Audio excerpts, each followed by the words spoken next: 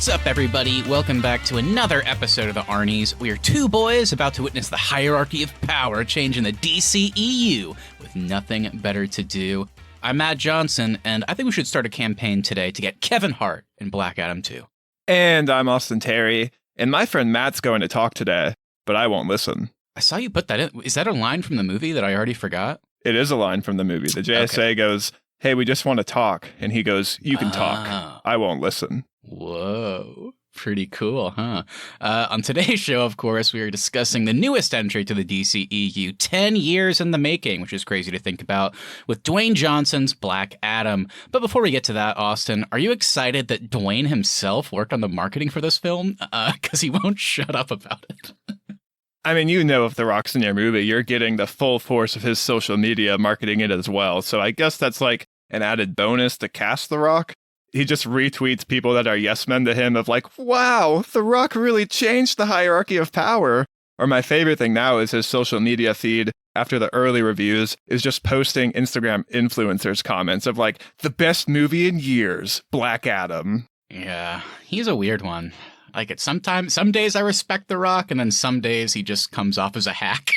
So his social media feed is just so like carefully curated to be relentlessly positive. And I guess we should say, he says he worked on the marketing for this film, but as somebody that works in marketing, that could just be like this asshole, like A-lister coming in and saying he's working on the marketing, and then all the people that actually did it are like, what the fuck? We did that. I mean, he's never actually like typed up a post on his phone and hit send. No way. He has a team doing that. But we'll get to it later, because it seems like whether we like it or not, he is, you know, I don't know, going to be involved in some sort of like producer degree and like kind of shaping the future of the DCEU and like what projects happen. I don't know if you missed it, but he's the new head of DC Studios. Well, that's a lie. Thank God, that's a lie. We'll see. I'm pulling for James Gunn. You know, they keep talking about, you know, James Gunn, you know, leaving Guardians 3, and it seems like he's doubling down on DC. And it's like, you know, you have Kevin Feige at Marvel. James Gunn, I'd like to have him kind of curate some of these projects in the future. But so get The Rock out of there. Let's get somebody with more talent in. But he spent 15 years. I know. He keeps saying it. Well, speaking of that, let's just go ahead and get into it, because I don't know, depending on how you look at it, The Rock said it's been 15 years. From what I remember, it was like 2013 they announced this. Either way, it's been a really long time since we first heard about The Rock circling Black Adam. And I recall around 2013, there was like some story that said like, hey, Dwayne The Rock Johnson, because he was still like definitely using the Rock moniker as an actor back then. He's like, he's been offered, he can play Shazam or he can play Black Adam. And I was like, oh, that's interesting. Is he going to go against type and pick the villain? And sure enough, he did. He picked Black Adam, but then nothing ever came of that. Like, they announced he was playing Black Adam, but this was before a Shazam movie was ever announced. Like, it's like, okay, so when's he going to pop up in anything? And then years and years go by. We eventually get Zach Levi coming in to play Shazam, and everybody assumed, okay, I guess The Rock will be the villain. And then they're like, no, we're going to do our own kind of origin story. We'll get to that later. It's like, okay, I guess that makes sense. And now they've announced Shazam 2, and we know Black Adam's not in that. So, of course, when you hire someone like Dwayne Johnson, he's getting his own movie. It doesn't matter if Black Adam should be the villain in a different movie. He's getting his own damn origin story. And that's what we have here. We have a Black Adam kind of marketed as it's an anti-hero story, going back to like those early Venom trailers where it's like, he's not a hero, he's not a villain, he's something in the middle.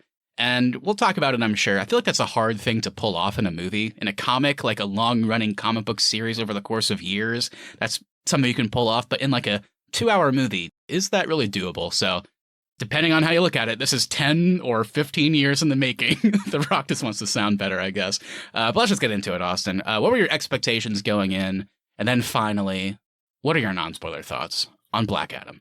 Yeah, my expectations for this movie have always been very low. My biggest concern actually is The Rock as the leading man for this film, because I think he's a great supporting actor, but I never think he should be anybody's like star of the movie. To me, he's just not that high caliber of an actor. He kind of plays the same character over and over. So I was worried that this was just going to feel like The Rock with superpowers.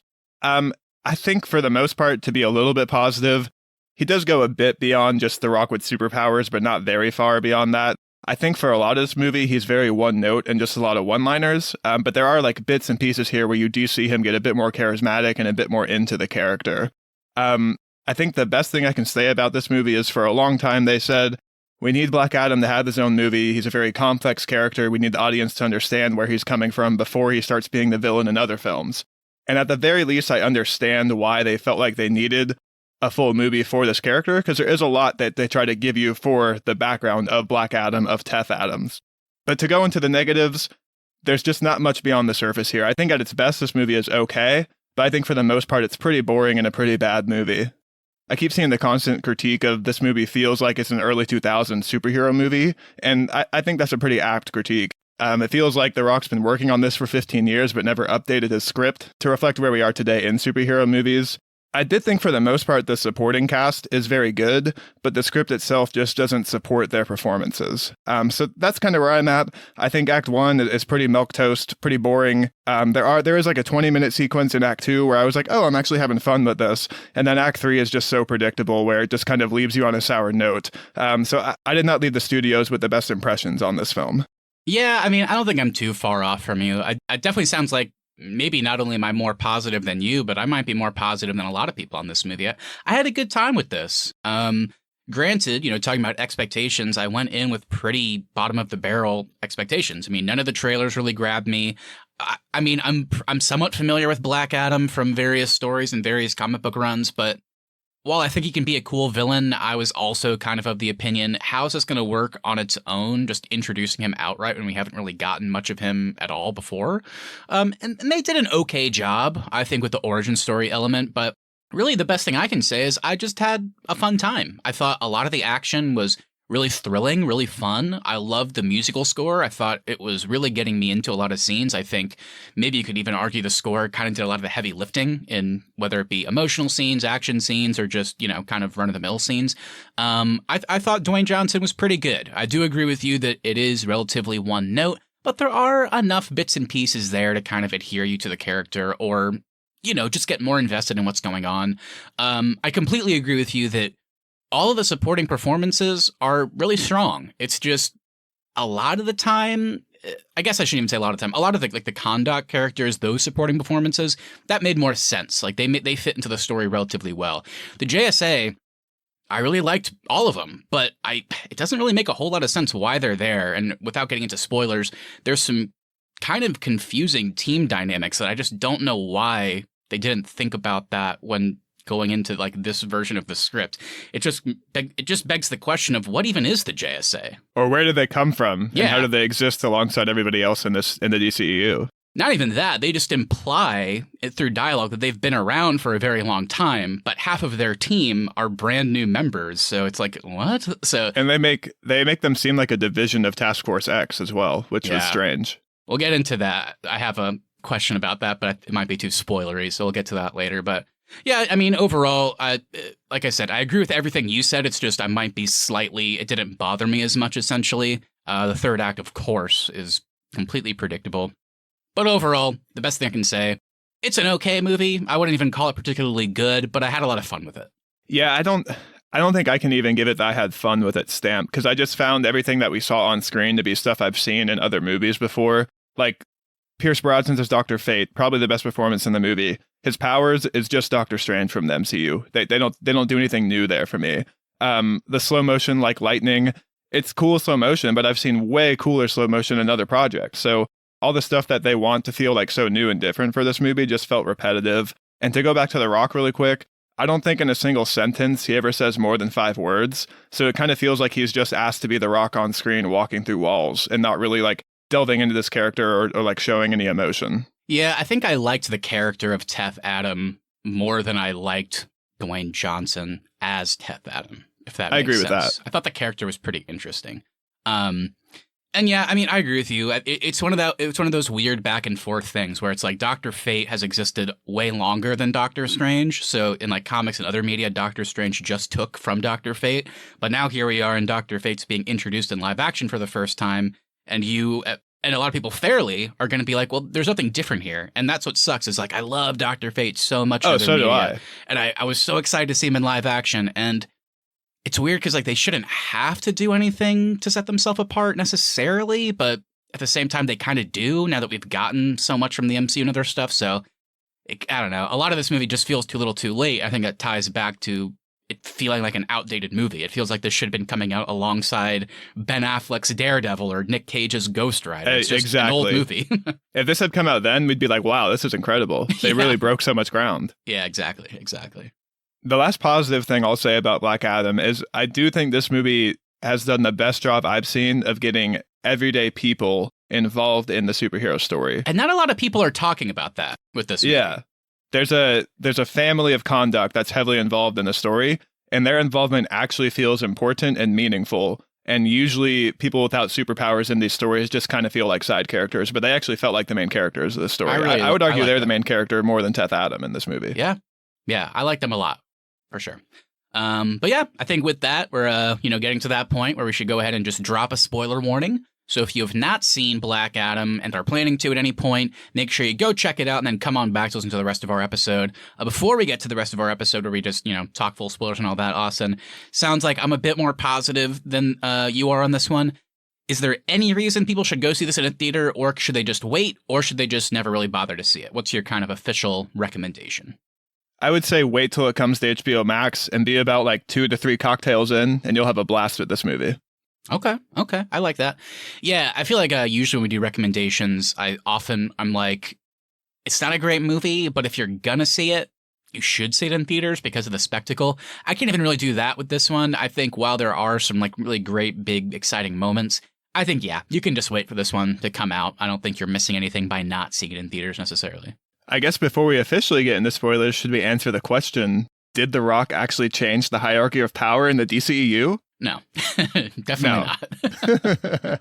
It was the fact that every single person is making fun of that line, they're at least saying it, so The Rock, did something, I guess. But yeah, definitely, no, did not really change the hierarchy of power. It is more interesting to talk about, this would probably be our last, conversation point in the spoilers section, but it's the more interesting stuff is what happened behind the scenes with what Dwayne Johnson and his team kind of pushed to make happen in this movie so that they could make other things happen in the future of the DCEU. That's really what feels like it changed. Nothing like with his power level or anything feels really that different. Yeah, I will say I never want to see Black Adam 2, but I am excited to see Black Adam as a side character in other movies. Me too.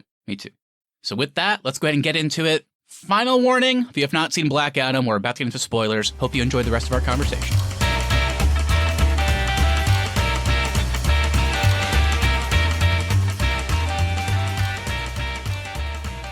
All right, Austin, let's go ahead and get into this. Our favorite young boy, Keith, is not with us today. He'll be back next time. So it's up to you and me to hit up the cast and crew section. All right, so Black Adam is directed by Jamie Collet Serra, who you may know from Orphan, Unknown, The Shallows, and Jungle Cruise with The Rock. It's written by Adam Steichel, Rory Haynes, and Sarab Nasrvani, and our score for the film is composed by Lauren Balfe, who you may know from Mission Impossible Fallout, the Call of Duty franchise, and the Assassin's Creed franchise, and of course based on Black Adam, created by Otto Binder and C.C. Beck in 1945. That's right. As for our cast, of course, we have Dwayne Johnson as Teth Adam, a.k.a. Black Adam, Aldous Hodge as Carter Hall, a.k.a. Hawkman, Noah Centineo as Al Rothstein, a.k.a. Atom Smasher, Sarah Shahi as Adriana Tomaz, Marwan Kanzari as Ishmael, a.k.a. Sabak, Quintessa Swindell as Maxine, a.k.a. Cyclone, Bodhi Sabangi as Amon, Mohammed Amer as Kareem, and of course, we have some returning people. We have Jaimin Hansu returning as the Wizard Shazam, Viola Davis returning as Amanda Waller, Jennifer Holland returning as Amelia Harcourt, and the biggest one of them all, in my opinion, Pierce Brosnan, making his grand entrance and maybe finale to the DCEU with Kent Nelson, aka Dr. Fate. I don't know if you saw this, but Jim Lee apparently tweeted out that we need a Dr. Fate movie, and then The Rock quote tweeted him and said 100%. Ooh. So just like an old school JSA movie would be cool with Pierce Brosnan coming back. I'd like that. And I guess before we get into our positive or negatives, everybody knows it at this point, but I guess we'll go ahead and drop it here. We of course have the much talked about and spoiled mid-credit scene with the return of Henry Cavill as Clark Kent, aka Superman. I don't believe, if I remember correctly, I don't think he shot any new scenes for Zack Snyder's Justice League, which would make this the first time he has shot new stuff as Superman in 6 years. Yeah, and it's cool to have him back, but this scene felt like something out of Justice League. It was very corny to me. A little bit. Yeah, there's just nothing to it. All it is like he's back. That's what I kind of talked about earlier. It's like the behind the scenes element is cool. The scene itself is like, whatever. It's like Black Adam, we gotta talk. It's like, okay. It is also weird because it now seems like Superman is under Amanda Waller's heel because she's like, I can send in someone from another planet, and then he arrives. It's either that or he's just willing to help, which seems very Superman. It's hard to say. You know, we don't know what he's been doing since whatever year, like in the world of the DCU, whenever Justice League took place. Like, obviously time has passed, so who knows what he's been up to. Hopefully with Man of Steel 2 that they're talking about, we'll get some of those gaps filled in. Anyway, so before we move on, Austin, we already kind of talked about, it sounds like we both really liked Pierce Brosnan as Dr. Fate, but just looking at the cast and crew itself, do you have any other positives or negatives? Yeah, Pierce Brosnan is great, but my actual highlight, I think, is Sarah Shahi as Adriana Tomaz. I think she's the actual standout performance of the movie. I really like the heart of her character and how much she cares about Kondak. And I also like her involvement of she has this son and she cares about keeping him safe. And so that's why she's kind of more involved in this story. And her conversations with Taff Adam, I thought were really great. I also like the conversations she has with the JSA, pointing out that they're people from a different country who don't understand how this country works. I kind of like that. She felt like the moral heart of this movie, and I thought she was fantastic. Yeah, that was a great scene. I love that. And again, I don't know. I think people are really down on this movie, but they're not talking about the good that is there. And I loved all that stuff. I thought that was actually kind of a cool reflection of the real world, but making it into like a comic book B-plot. I like the JSA, like, we're here for, you know, international stability. And then she's like, we've been like under this rule for 30 years. Where have you been? And it just kind of stinks of that whole thing of like, yeah, the JSA can say like, you know, we're here to save the world, but really they just have never been sent on a mission there. And it's probably because, you know, the people in power don't care about Kondak. So why would they send anybody there to help them? So I thought that was actually kind of a really solid moment. And I thought that was pretty powerful. I just wish there were more of those moments in the film, because then we just go back to Dwayne Johnson casually walking through a wall right after that scene. Yeah, for sure. I agree with you. I already mentioned Lauren Balfe as well. I thought the score for this was genuinely like really solid, getting me hyped up at a lot of parts. Into the cast portion, I liked a lot of these people. I don't think there's anybody bad here. There's certainly a lot of people that I wish had gotten more screen time. I already kind of alluded to it in the non-spoiler section, but the JSA itself, I would have enjoyed a bit more of a, I don't know, like an organic introduction to Noah Centineo as Adam Smasher and Quintessa Swindell as Cyclone. I like the scenes that we got from them. It just felt weird that they were brand new to the team. They literally used David Ayer's Suicide Squad intro for these characters. A little bit, yeah. Yeah, like, oh yeah, and here's Adam Smasher and Cyclone. They've got my back.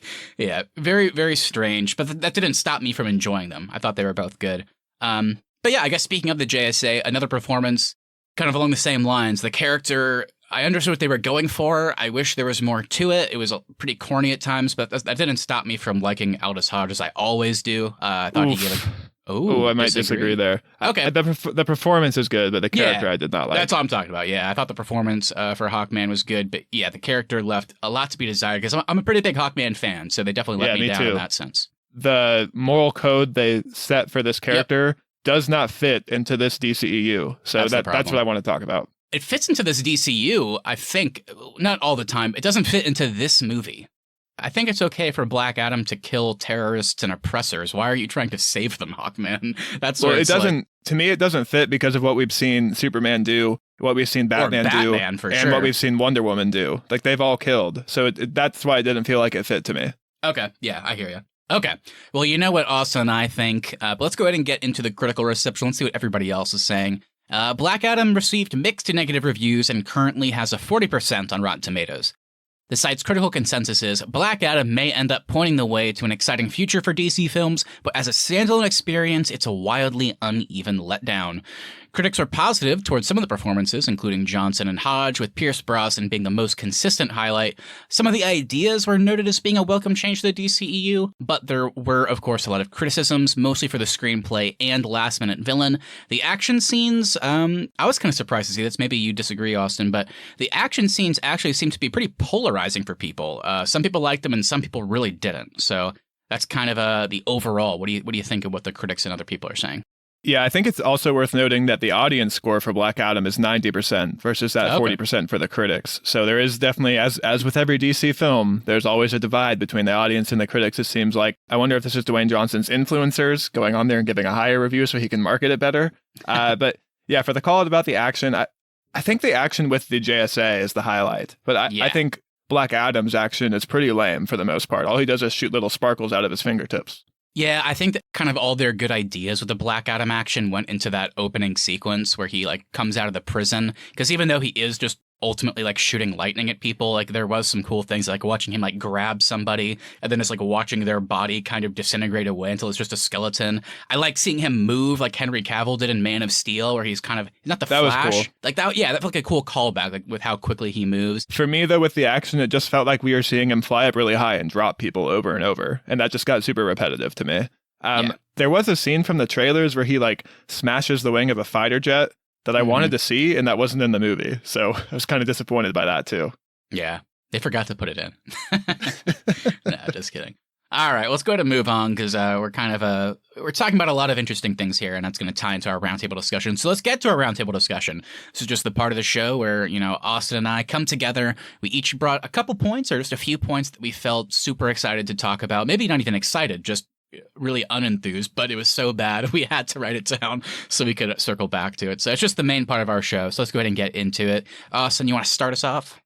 Yeah, we got to start with the Man in Black himself. The Rock is Black Adam. Of course, WB is hoping his star powers was going to attract audiences to the theaters. So just overall, let's get a little deeper. What did we think of The Rock as our leading man for this film? Well, in terms of the star power, I mean, looking at like the box office that I've seen so far, I believe like the opening day and like the initial like the opening weekend numbers that we've seen up to this point seems to be the highest of Dwayne Johnson's career so far. I think they're tracking for like somewhere between like a $60 and $70 million opening. So sounds like they're pretty happy with that. So certainly casting him was probably, the right call, but I don't know. We've already talked about it a little bit. It's like, I enjoyed his performance. There's a little bit more to it, I felt like, than just the kind of the stereotypical like charismatic Rock, but whenever you do that, you're leaving him to his own devices to try and give an emotional performance. And that's where it can be kind of hit or miss. Like there was some really solid scenes with that. I thought like listening in to talk, like tell his story about his son, for example, like that was just kind of like a standing and talking scene. But because he kind of nailed the emotion there and kind of that distant feeling, I thought he did a pretty good job. But then other scenes just don't really work as well. Overall, it's mostly just one note. I think like you said at the beginning, he doesn't say very much at a time. So it's kind of like, okay, it begs the question of could they have gotten a better actor to do this? Yeah, probably, but I don't know if it would have made that much of a difference because Teth Adam is this kind of character. So in a weird way, maybe Dwayne Johnson was a good pick.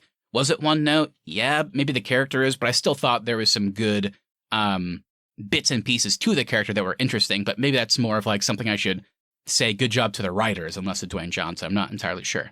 Yeah, I thought you had a good point earlier that you liked what they did with the character of Teth Adams, and that was the interesting part of this movie. I agree with that, but for me, when it comes to The Rock, I just don't think he has the acting chops to carry what they're writing out for this character on screen. He has the same face for the entirety of the movie, so when he's giving these emotional lines, it just feels like The Rock is standing there reading a script at me instead of actually like embodying Teth Adams. So I actually think a different actor might have helped this film. The best parts of The Rock in this movie for me are some of the comedic bits, like him interacting with the kid, him trying to figure out how to get his like catchphrase down. I thought some of those jokes were funny, especially when he like drops the one guy and he's like, "Tell him the Man in Black," but then the guy hits the ground before he can finish the line. So stuff like that I thought was good, but overall when he's like asked to stand and talk and actually interact with other characters instead of just look strong on screen, I think for the most part he falters. Yeah, I hear you there. I think I enjoyed the sequences best when he's interacting not only with the kid, but just anybody. I think he did a good job, and this probably ties back to what you talked about of like Dwayne Johnson's always been like a great supporting performer, but is he a great leading man if he's not trying to be charismatic and funny? Like, can he be a leading man on his own? And we've seen examples like Snitch in the past where he can do that, but I don't know. He's just a little bit hit or miss when it comes to more serious material. And for me, it worked most of the time, but I can totally understand it not. I don't know. Do you want to talk about like less about The Rock now and more just about Teth Adam as a character? Because there is some interesting things to talk about, like with his whole backstory. And like when they showed the trailers, they showed the scene where like his son dies. So whenever they tried to do this thing of like, oh, like there was a twist in this movie, right? Where it's like the son became Black Adam because he said Shazam. So they're trying to pass it off as like, oh, he's like Billy Batson, who's a kid. But then, whenever he, says Shazam and uses his powers, he becomes Dwayne Johnson. I don't know. How did that work for you? Like, would that twist have worked had they not shown it in the marketing, or were you still like, oh, that got me? So I didn't realize his son became Black Adam first. So that twist I thought worked in the movie, because him struggling with the wizard didn't choose me. I was never meant to be a hero.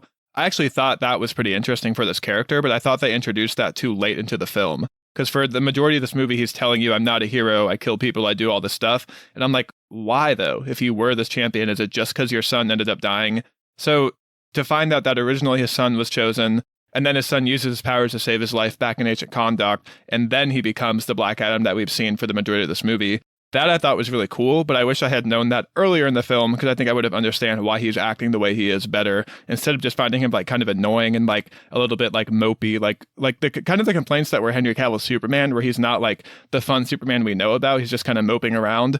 That's what I felt like Black Adam was for the majority of this film. Yeah, some parts of the twist worked for me and some didn't. Like, because as the movie's playing out, I was watching it like, well, this is weird, because one of the fun things about Shazam is when Billy Batson, when Billy Batson says Shazam and becomes Zachary Levi, Zach Levi is still playing the character as like somebody with an adult body and superpowers, but he's clearly still a kid, right? Yeah. And whenever we're watching this one, and after the opening where they show us the son of Black Adam become Black Adam, I was like, well, this is weird, because now I'm watching the present day of the movie and The Rock is not acting like a kid at all. So this seems odd. So like elements of that worked, because then whenever they revealed the twist later, I was like, oh, of course, right? It was the dad. So he is just an adult already. So I was like, that's cool.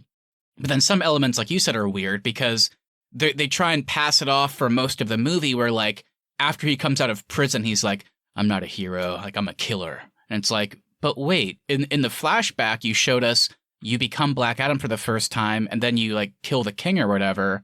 Isn't that good? And then they just cut to present day. So it's like, whenever he's talking about all of his bad deeds, I'm like, what is he talking about? We didn't see that. So when did he become this bad guy and then get imprisoned? So that part that they reveal later just makes it more confusing with the twist. And still the hard thing with what they present in this movie is they keep telling you like, I did bad stuff, but the only bad thing we ever see him do in this movie, or quote unquote bad thing, is in ancient times he kills some oppressors or slavers, and then in present day, he kills some corrupt mercenaries. So he's not really doing anything bad. Like, I don't buy that this Black Adam is going to become the more villainous side of Black Adam that we know from the comics and other animated stuff. And then that also goes to the whole, like, father-son dynamic, because I can understand a little bit why he doesn't see himself as a hero, because he was a witness to his son basically becoming, like, being pure of heart and then becoming this hero of conduct. And then when he himself is about to die, his son transfers his powers to him. So now he's like living with this element of like, oh, my son, like this was my son's power. Like I shouldn't have this. He just gave it to me so I wouldn't die. So that element of the whole, I'm not a hero. I understand that. But yeah, not all of it fully worked. I don't know. That's kind of what I was getting at, is that the aspect of him not feeling worthy because his son was chosen and then his son just gives this to him. Like the fact that he wasn't chosen by the wizards seems to really mess with him and make him feel like he's not a hero. So that I thought was really interesting, but it just came too late in the movie for me. Right. And I agree with that part. And then also to your big point, it's like, they market this movie as like, is he a hero? Is he a villain? Is he something in the middle? And a lot of this I liked, because I like the idea that basically the only place in the world where Black Adam is a hero is in Kahndaq, because they like that he is getting rid of these oppressors and these like modern day slavers, essentially. They're like, that's great. He's our symbol for that. Like, he fights against oppression. People like the JSA, the Justice League, they're not coming to help us. Why haven't they? It's been 30 years. Technically 5,000. There's even a line about that where it's like, it's been 30 years, but I guess if you think about it, it's really been, thousands of years. So like nobody's going to save us. This guy, like he's willing to do what it takes. So I like that he's a hero to Kahndaq, but you could also on the flip side understand why everywhere else in the world they'd be scared of somebody like this. So that part of the whole hero versus villain worked for me. It's like, he's a hero in Kahndaq, but if he ever leaves Kahndaq, then that, people could be really scared of him and like they perceive him to be a villain. So that element was cool. But it's once you get to the nitty gritty of like introducing the JSA and like Hawkman, like like essentially is like he wants like terrorists to have due process. It's like, what the fuck are you talking about? So that's where it gets like a little bit muddled, and like they just keep going back and forth like the samey dialogue. Like Hawkman's like, heroes don't kill people, and it's like, well, I do, but then he's like, I'm no hero. It's like they just keep going back and forth with that same dialogue over and over again. Well, and to talk about the future really quick, so the idea that other people might perceive him as a villain, I guess that's interesting. But we still have not seen him be a villain. Like, what is going to be the cause for him to have to fight Superman? Because all we've seen him do is kill terrorists or kill slavers. So if he's doing that across the world, those aren't inherently villainous acts. I don't see this Black Adam, like, wanting to take over the world, or like, I don't see a reason why he would have to go up against Superman unless Superman is in conduct doing something and Black Adam's not happy about that, but then that would put Superman in the wrong. Yeah, we'll see how they play it out. Because, like, if at the end, if the last shot of the movie had been him sitting in the throne and he's going to essentially be the king of conduct, then I would have understood it more. Because then if he goes around trying to liberate places, but he's doing it under the guise of ruling them as well, then, of course, he needs to be stopped. But here, he destroys the throne and he's like, I'm not going to rule conduct, I'm going to protect it. I guess I would say I liked it in the vacuum of this movie. I thought it worked. But yeah, whenever you talk about the future, like you said, it's like, is he going to listen to Amanda Waller and stay in conduct? If so, why would anybody really fuck with him? But then if he does leave, what would be the reason that people would try and stop him? Like, is he genuinely just like going around trying to protect other places? Maybe. And if that's the case, then yeah, it'd be weird if then there's a movie where it's like Black Adam and Superman fighting. So I don't know. They'll probably honestly do like the lame cop out, like Batman v Superman thing where it's like, they do a movie where they call it Black Adam v Superman and they fight for like 10 minutes. And then, of course, they introduce an actual bad guy for them to team up against. I don't think they're ever going to fully lean into Black Adam is a villain, but in conduct, he is a hero, which is kind of more how it is in the comics. I don't think they're ever going to fully do that. But in the vacuum of this movie, I thought it worked not all the way, but a lot of the way. And I think that's the issue I'm getting at is I thought the purpose of this movie was to introduce the anti-hero / villain Black Adam, and they did not do a good job of that, I don't think. They introduced the hero Black Adam because he does the same stuff everybody else does in the DCEU. So, like, for me, I don't understand what the point of this character is going to be going forward. Right. And at least with Hawkman, like and we're kind of talking about the JSA now, but at least with Hawkman, like, even though it was cringy and corny, you can at least buy into the fact, okay, Hawkman just has the Batman code. Like, killing is bad. But the Batman doesn't have that code in this universe. I know. Right. I just mean in general. He has that code and he won't kill. And whether or not you agree with it, at least you can understand his motivation. What was weird for me is watching Dr. Fate try and stop Black Adam. That's where it got weirder. They almost tried to set up that Kent Nelson understands what Black Adam is doing. And then he puts on the helmet and he's just saying, like, I have to stop you. It's like, okay. But only for like 5 minutes. And then the rest of the film, he's kind of on Black Adam's side. Right. Yeah. So it's like, I guess they had to do that. I don't know.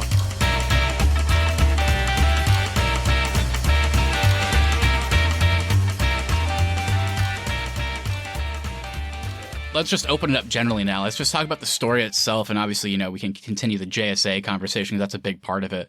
The story of the movie is very light, right? It's just a typical origin story. We get the quick little flashback intro. He comes back. They play with the whole hero-villain element. They introduce the JSA to take him down. Then it's like, all right, let's team up. Like BVS once again. And now we got to stop a villain that they introduce.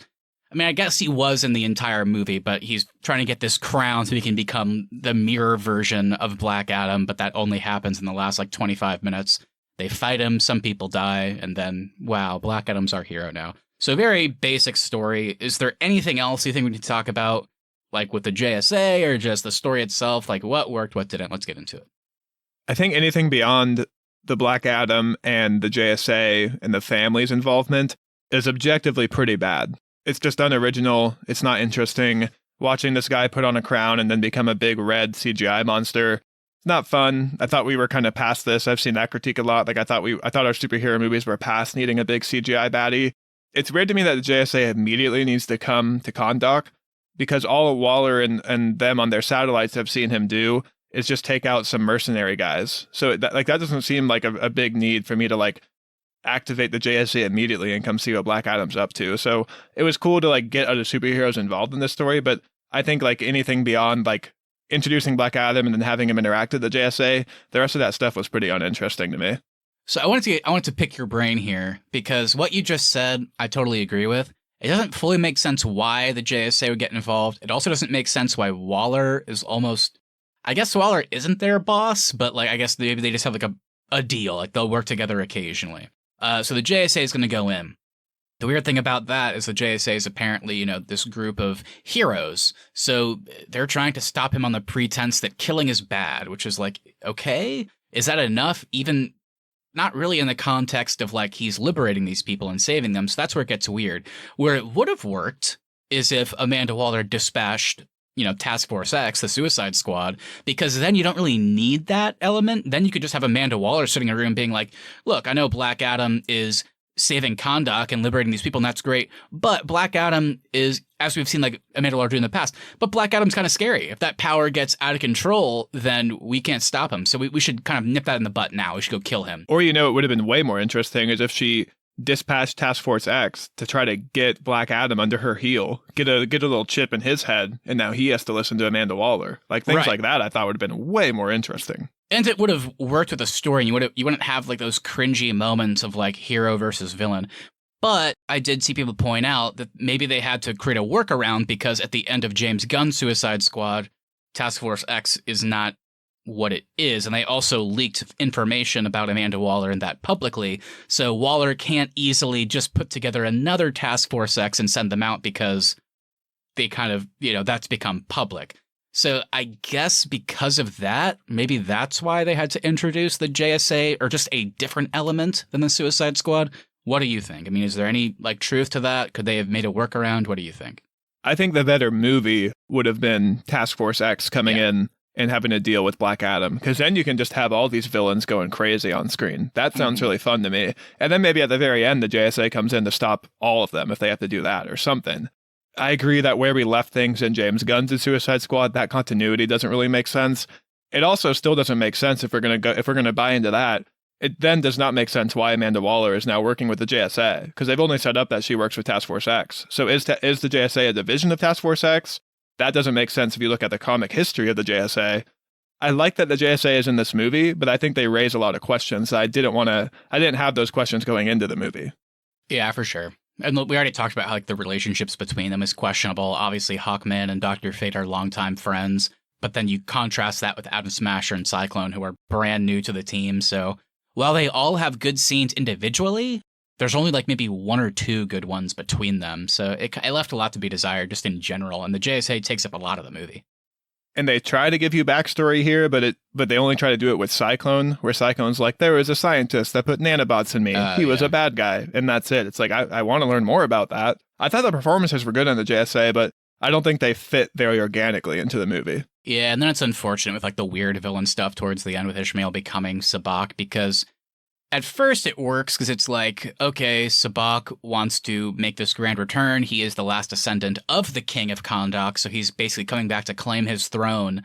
But then almost immediately once he gets there, it's like, oh, that's not even a possibility because nobody wants you to. So it's like, okay, that was strange. What did Sabak think would happen? Like, what a bizarre twist. At least it led to some kind of cool Amon like leading kind of this uprising, kind of like the way that he kind of gets into the fight is like convincing all the other people. I thought that was so cheesy. I know, it was cheesy. And it's also weird that happened before Black Adam came back. If Black Adam had come back and like they see him, their savior, like their statue, maybe then they fight back. It was weird that it happened beforehand. I understand why they did it, but the whole like fighting the undead, it's like, oh man, I was liking a lot of this movie and now it's just really going into like really shitty like MCU third act territory. Well, it just felt like they were like, okay, we've got Sabak back now. We got to have the family and the kid involved. So let's have them fight zombies. It's like, or not. You could just have Black Adam like whisk them to safety and then just have him fight Sabak. It did give us a cool scene with Dr. Fate, though. I did like the legions of Dr. Fate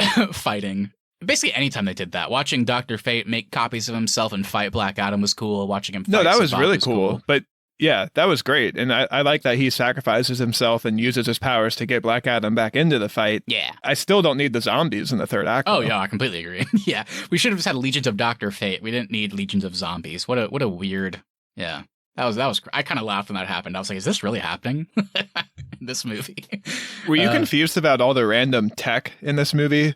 Like the JSA has this really advanced ship. Konduck has these like electric speeders that are like hover bikes. Well, that was the Intergang that had it. I just didn't really know too much about Intergang going in. That wasn't like Konduck's technology. That was just that whatever that group's technology was that Ishmael's apparently like high up in. And I'm not counting this as like a negative of the movie, but it was just things that appeared on screen that took me out of it. And I was like, where did that come from? Like, I've never seen this anywhere else in this universe. That's kind of the tough thing with these, like, you know, continuity and these cinematic universes is just, it's like, oh, where'd that come from? Because, like, I know Hawkman, like, in the nth metal thing, that's a big thing in the comics, but I just kind of chuckle to myself whenever they get on the ship and he's like, yeah, this whole thing's made of nth metal. It's like, okay, cool. Sounds good, man. Yeah. And also they say that Dr. Fate's helmet is from another planet, but I don't think it's from another planet. I thought it was just a magical thing. Yeah, I can't remember if it's from another planet or not. I know it ties into, you know, obviously magic in general and just different dimensions and stuff like that. But yeah, I wasn't sure about that either. I was also surprised the helmet seemed to disappear at the end. They mentioned it in the movie that, you know, Dr. Fate's helmet, but I don't think they mentioned Nobu, who is like the actual, like whenever you put on the helmet, like Nobu is now in charge. Like that is Dr. Yeah, I do Fate. not trust Dwayne Johnson to explain Nobu to general audiences. I'm glad they left that alone. I was just surprised that the helmet disappeared at the end. Like we're not, seemingly, at least for now, like the helmet is not going to do that thing where it's like it picks its next in line. Like nobody else is going to be Dr. Fate, seemingly. Yeah. So we'll see what they do with that. I don't know. Obviously, that's not a big deal. They did have one throwaway line where they were like, when he puts that helmet on, it's almost like he's possessed. But not really. Seemed like it was just Kent Nelson the whole time, and then he can very easily just take it off, very much unlike the comics. That's always the interesting thing with Dr. Fate is when he puts that helmet on, it's always Nobu a gamble won't let of you go. when Nobu will let him take it off. And in this movie, it's just willy-nilly whenever he wants that thing comes off. Yeah, Pierce Brosnan was like, look, I'm not doing that. He was smart to do one and done. My face needs to be on screen. Yeah. I'll do your movie, Dwayne, but I am not signing on for more of these. You can kill me at the end. Yeah, respect. So we've kind of talked about the bare bones story, a lot about the JSA's involvement, you know, all that fun stuff, Amanda Waller and what she seems to be up to. Obviously, the big marketing push, like we said, was the whole hero versus anti-hero versus villain thing. We got through that. So let's just finish up kind of before we get into our closing segments. Let's talk about the action. We've talked a lot about it already, but what are the other standout points we haven't talked about? Because I like a lot of individual moments. Like I said, pretty much anything with Dr. Fate, while it's not anything brand new, I still thought it was cool. So yeah, there was way too much slow motion in the movie, but I still liked a lot of the action. I think my highlight with the action comes from Cyclone. I really like the way they shot her powers and how bright and colorful it was. Color's always been an issue in the DCEU, and I thought she looked great on screen. And the slow motion with her stuff I thought looked pretty unique too. Fun comic book thing, but whenever she arrived at Hawkman's mansion, whatever the thing, like recognized her, it was very quick, but it seemed to call her Red Tornado. Yeah, that's because she's the niece of Red Tornado. Okay, that's what I thought. I was like, wait, are they like trying to imply that this is like a, you know, like a non-android version? I was like, okay, no, that's right. So I thought that was fun. It's also fun thinking about the JSA because Red Tornado and the older Atom Smasher were the That's like kind true. of original JSA members. So having their lineage in this team, I thought was cool. Okay. They don't tell you any of that history in this movie, but I guess it's a fun reference for comic book fans. Yeah, I didn't even think about that part with Cyclone, at least. But obviously, they had Henry Winkler for that fun cameo. So, okay, that makes more sense.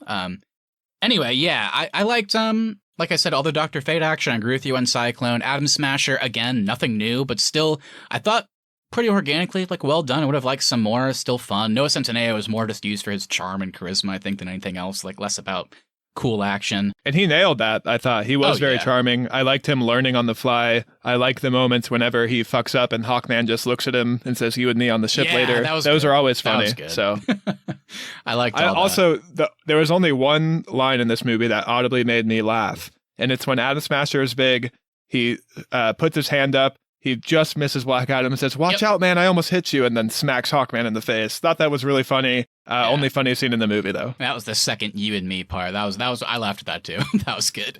As for other action, I mean, I don't know. There was a lot, like I said, a lot of little pieces here and there that I liked. I liked that opening scene where we talked about him moving around like Man of Steel, and like the lightning was actually kind of used in an interesting way in that opening scene when he gets released from prison. And then it's immediately followed up by, albeit a corny scene. I still thought it was fun listening to like the I can't, like a weird version of Paint It Black by the Rolling Stones, and it's like all slow motion. There's still bits and pieces. Like, I loved his thunderclap. It's like, did I love the scene? No, but I love like that weird thing where he clapped his hands and just watching like the echo just like destroy everybody. It's like, that was cool. And then of course I'm always a sucker for like those like final hype moments whenever he like gets behind Sabak and says, "Tell him the Men in Black sent you," and then just rips him in half, and that's like good slow-mo. Then you just see like Sabak's head in half, and you just see Dwayne Johnson screaming in like the middle of it. I was like, that's sick. So there were some fun moments here and there, is all I'm saying. I thought the action for the most part worked. I don't think this movie had any hype moments for me. Like, at the scene you just referenced, I just rolled my eyes. I was like, okay, it wasn't really earned. But, I mean, if there had been a better story and that had happened, I might have been like, oh, sweet, I'm excited for the future of this. But when that happened, I was like, I'm glad the credits are next. Yeah, I'm glad the credits are next. That's a fair point. Less of a cool moment, but we got to shout out... the other laugh out loud moment for me was Mohammed Amir as Uncle Kareem whenever the zombies show up and he's like, "I don't die by zombies. I die by like being an electrician." That was good. Yeah, that was good. Walks in and starts beating them all. That was pretty cool. So there you go. That's a Black Adam for you. Not a whole lot to say. You know, for me, it was a pretty fun movie. Austin seemed to think it was okay, but we both agree that it's not great. So mediocre at best. Yeah, but let's go ahead and talk about, like we both said, the more interesting thing is what this movie led to when it came to behind-the-scenes talks. So let's just talk about the future of DC that we know about before we close out. Henry Cavill's back. Seems like Dwayne Johnson has the keys to the castle now. Are we interested in this? What do you want to talk about here, Austin? We can talk about the mid-credit scene to start, I guess. Do you mind if I make a little funny joke I wrote down in my notes before we get into this to sum up my thoughts on Black Adam? Please. All right, this is me practicing for my 5-minute stand-up special. Okay. The motto for this movie is, a bad plan is better than no plan at all. I guess the studio thought a bad Black Adam movie is better than no Black Adam movie at all. Got him. Got him, Dwayne. Oh, man. But yes, Henry Cavill is back. All I can say is I'm at least happy he's back. I've always wanted Man of Steel 2. I've never wanted someone else to replace Henry Cavill. So I'm just happy he's back in the universe. I hope, I really, really hope Dwayne Johnson is not like the driving force behind the DCEU now. Like, I hope he doesn't have like full creative control like Zack Snyder used to have. I hope they're going to like install someone else in that role. Because if it's The Rock's show, I don't have any interest in more movies like this. So I hope he had control here for his movie, but I hope he doesn't have like an influence on the other projects in the DCEU. And I think we were kind of joking about it at the beginning. I don't think he will. I think he'll have a lot of say maybe when it comes to how much he gets to be in it. So that could affect a lot of projects, like when or how often his character shows up, I mean. And because he's involved, like you said, you said at some point that you don't want a Black Adam 2, but you're excited to see this character pop up.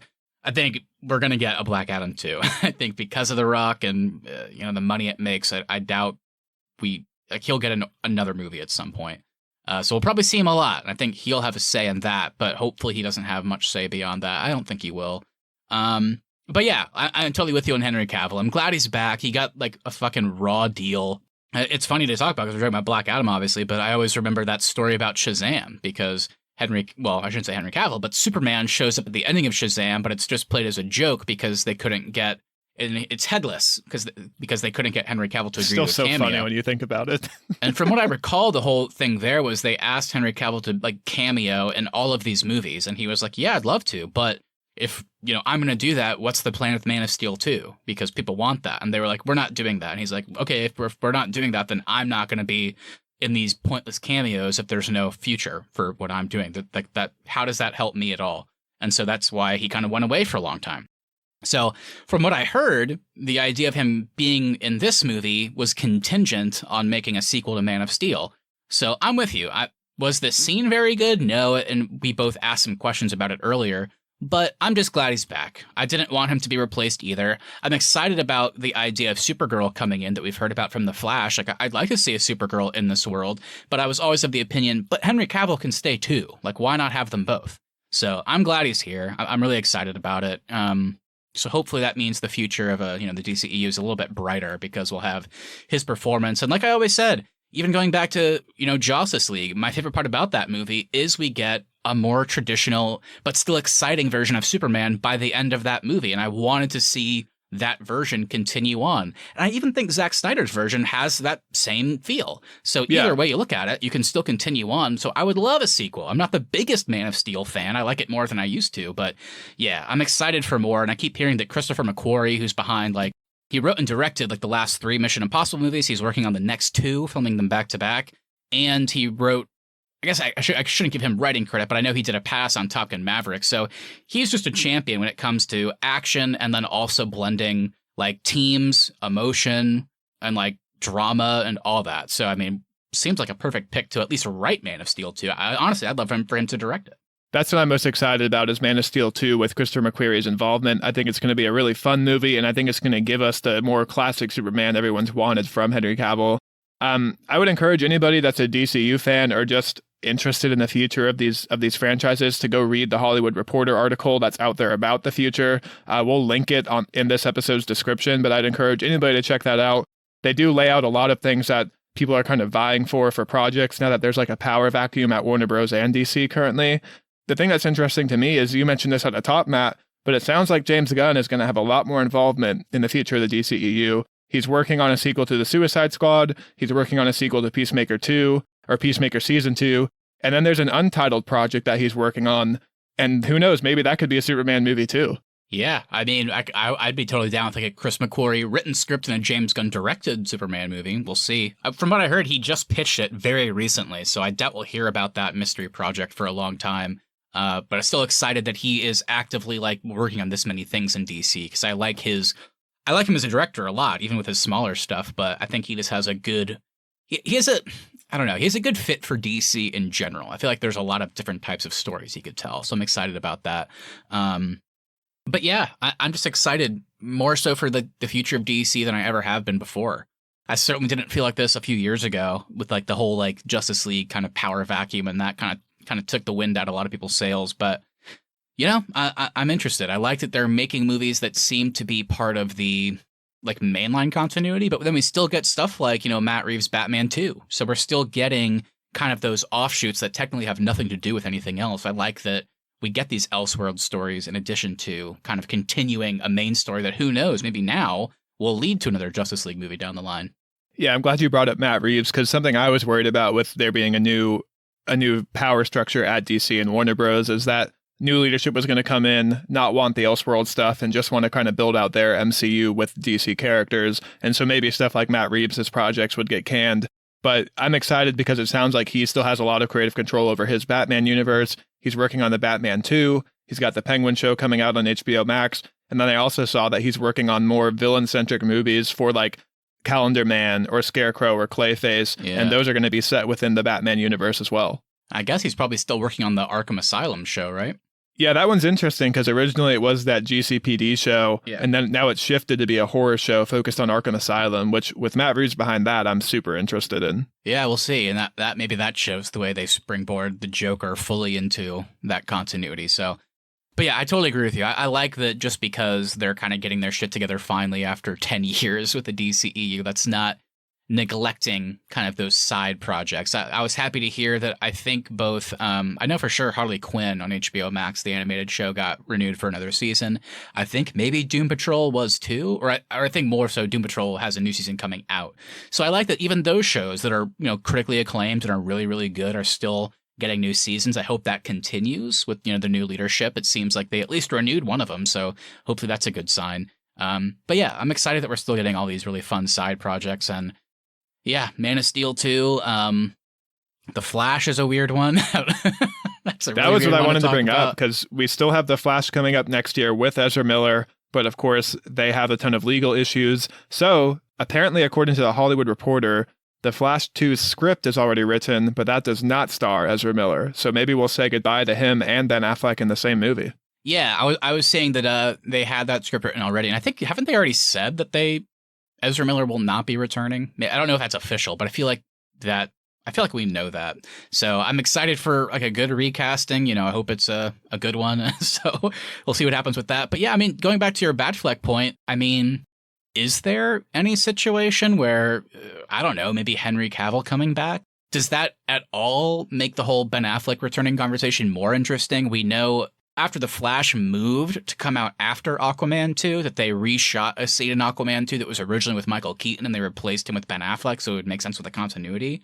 So he still has a few more appearances coming. Is there any chance that, like, maybe with, like, more of a plan set in place for the DCEU that he decides to stay on, and maybe he's not like maybe they never make the Batman solo movie with him, but maybe he just like kind of stays on and comes back every, few years or something. Is that real? Or do we think he's still going to die in Flashpoint or just get replaced by the end? Like he'll just, be gone with how the Flashpoint comic book goes. Yeah, there's a lot there. I think this one, honestly, is up to Ben Affleck because Henry Cavill has been campaigning a lot, or at least been pretty vocal that he wants to stay as Superman. Whereas Ben Affleck has been pretty vulnerable and talked about that doing the Batman with Justice League and all that stuff was like some of the most miserable years of his life just personally. He has said he had a lot more fun filming The Flash as Batman. So maybe if he wants it, maybe there's a place for him. I hope so. I still really like his Batman. I did think it was interesting that in Black Adam, for the brief shot of Batman, they did show his Batman. So maybe there is room for him to still be involved in the extended stuff. Yeah, that's true. Yeah, we'll see. I don't think they have to have him come back, but it would be cool. Another guy like Henry Cavill that kind of got a raw deal with his performance in the DCEU. Completely agree, because he was so much better in the Snyder Cut version of Justice League than the theatrical. Oh, man, like night and day for sure. We don't have to talk about all the upcoming projects, but like I said, I'm just in general, like I just have like a general feeling of excitement. I'm excited for Aquaman sequels. I'm excited for Flash sequels without Ezra Miller. I'm excited for Man of Steel 2. I know I liked Wonder Woman 84 more than you guys by a lot.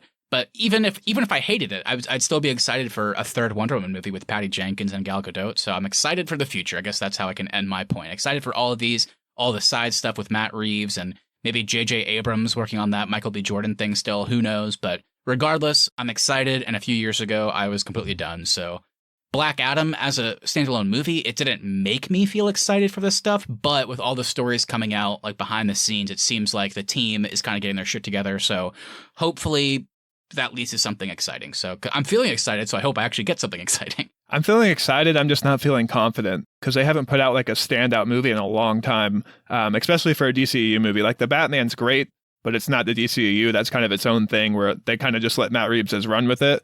I still don't trust Warner Bros. As a studio to handle these projects because they always meddle and they always mess stuff up. They cancel stuff. They do weird stuff. So until they actually start building a good foundation, I'm going to always be excited about DC stuff, but I have no confidence that we're going to get great movies until they actually show me they can do that. Yeah, I totally hear you. At least I have that feeling of like I'm hopeful, but I hear what you're saying. It's like, will they pull it off? Probably a little bit more than in the past, but I'm sure there's still going to be some misses along the way. I'm also curious, once leadership finally gets decided at DC and Warner Bros., does whoever that is come in and nix all these projects? Because these projects are getting kind of announced and signed on, but there's no leadership there. So, like, is that a reason to feel confident or nervous that these projects are actually going to happen? Maybe. I don't know. They could do the thing that DC's been doing for a while where they bring in somebody and it's like, hey, we're bringing you in to, like, figure out the future, but these things that we've announced already, you can't fuck with. They've done that before. Maybe they'll do that again. It's like, everything we've announced is concrete, and now we need you to work on the stuff after that. So we'll see. There's just still so many unknowns. Yep, it's never clear with DC what you're going to get. So why is it so hard to make good movies? I don't know.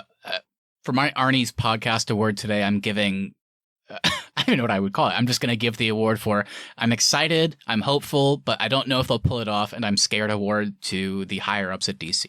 All right. Well, for my Arnies podcast award, for Black Adam, I'm going to give the One and Done award to Pierce Brosnan. I referenced this earlier, but he nailed it. He was very smart. Come in, give a great performance, make the audience want more, but then make sure you're killed off in this movie so you don't have to sign on to the uncertainty that is the Warner Bros. DC universe. My hero, Pierce Brosnan, gets it.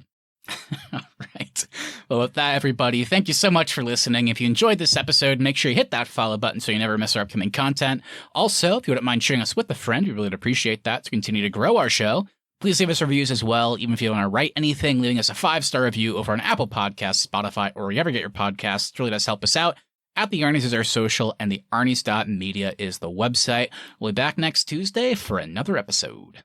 And also, last week, we put out our thoughts on what may be the worst movie of the year, and that's Halloween Ends. So if you want to hear us talk about how bad that movie is, how baffling that franchise is, where they went from Halloween 2018 to this, be sure to go check that episode out.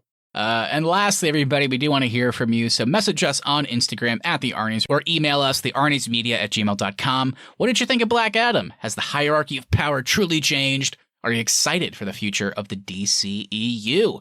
Anything you say we'll read on the show and react to it live on the latest episode. So with that, everybody, have a great rest of your week. We'll see you next time. Bye. Do you think this was better or worse than Morbius? Better for sure. I would say equal.